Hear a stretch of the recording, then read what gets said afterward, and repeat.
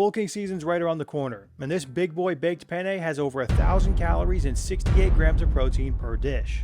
This one's made up of a tomato-based meat sauce and a trio of cheeses that make it hyper palatable and easy to eat. Here's how it's done. I started off by cooking my pasta. I went with penne, any shape works. You'll need 12 ounces or 340 grams worth. Cook it according to the packaging and then get started on the rest of your ingredients. We've got a small amount of chopping to do for this recipe, starting with one medium onion or 200 grams worth. Cut this into a small dice. Next, mince up about 4 cloves or 15 grams of fresh garlic. This next ingredient is optional, but if you want to include some vegetables for added nutrition, I add in about 10 ounces or 283 grams of spinach. Now, is spinach repugnant, repulsive, and shockingly dreadful? Yes, it is. But does spinach wilt away into almost nothing when you put it in something hot? Yes again. And is that better than including a vegetable like cauliflower, which every time you bite down on you get the disgusting texture and flavor in your mouth that never seems to go away, and that makes you never want to eat again. And if you never eat again, how are you going to get big?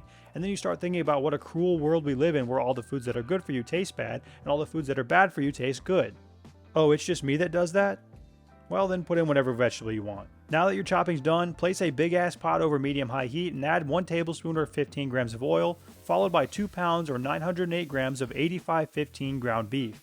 Give the beef a light seasoning of salt and pepper and allow it to sit in the pot over the heat to brown up. After you've given it a couple of minutes to develop some color, flip it over to the other side, break it up a bit, and then dump in your onions and garlic. Stir the onions and garlic around so they have a chance to grab some of the heat from the surface of the pot, and continue cooking the beef until it has browned completely. Once it has cooked through, you're going to add 28 ounces or 794 grams of canned diced tomatoes. Follow that up with 28 ounces or 794 grams of canned crushed tomatoes. Then 1 tablespoon or 2 grams of dried basil, 1 tablespoon or 2 grams of dried oregano, and a couple of heavy pinches of salt to flavor those tomatoes. Mix in all of the seasonings, reduce the heat to medium-low, and allow this to simmer and stew down for about 15 minutes.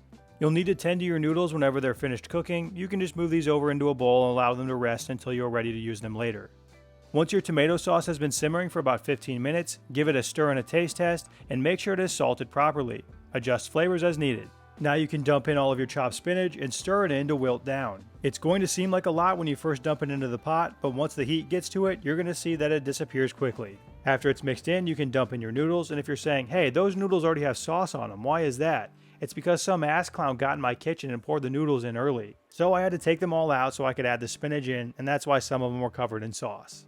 Gently stir the noodles in to get even distribution. If you use the gluten-free ones like I do, they are prone to breaking, so be careful. Get out a 13x9 casserole dish and add half of your mixture to the bottom. On top of that bottom layer, add 15 ounces or 425 grams of part skim ricotta cheese. Scoop it out of the tub and plop it down on top, and then spread it out with the back of the spoon to get an even layer. Add the remaining noodle and sauce contents from the pot over the top of the ricotta and spread it out into all 4 corners. Then sprinkle 1 cup or 112 grams of shredded mozzarella cheese over the top of the entire dish. The final addition of our cheese trio is 1/2 of a cup or 50 grams of shredded Parmesan cheese over the top of the mozzarella. I place my casserole dish on a sheet pan just to catch any drips in case it overflows, and then I bake this at 400 Fahrenheit or 204 Celsius for 30 minutes. For the last couple of minutes, I turn the oven to broil just to brown up the cheese on top.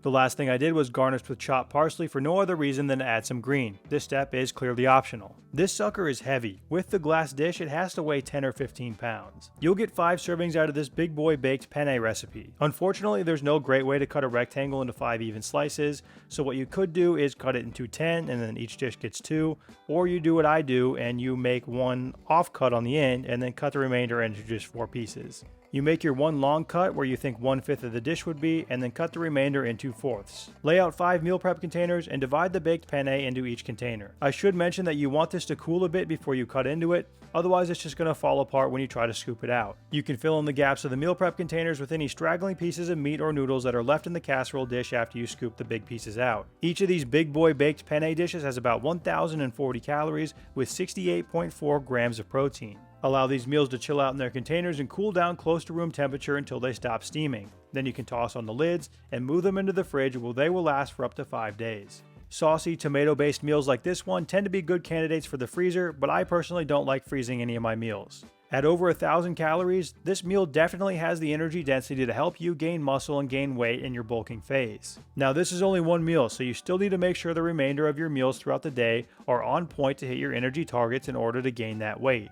The full written version for this recipe with all the instructions and ingredients listed is published on my website, and that is linked in the description below. This meal is great. I mean, what can you expect when you've got a bunch of cheese and pasta? I know this one's going to be a crowd favorite. If you're looking for more weight gain friendly meals, check out these videos linked above. Hit the thumbs up button or else my boss is going to brutally beat me. See you next week.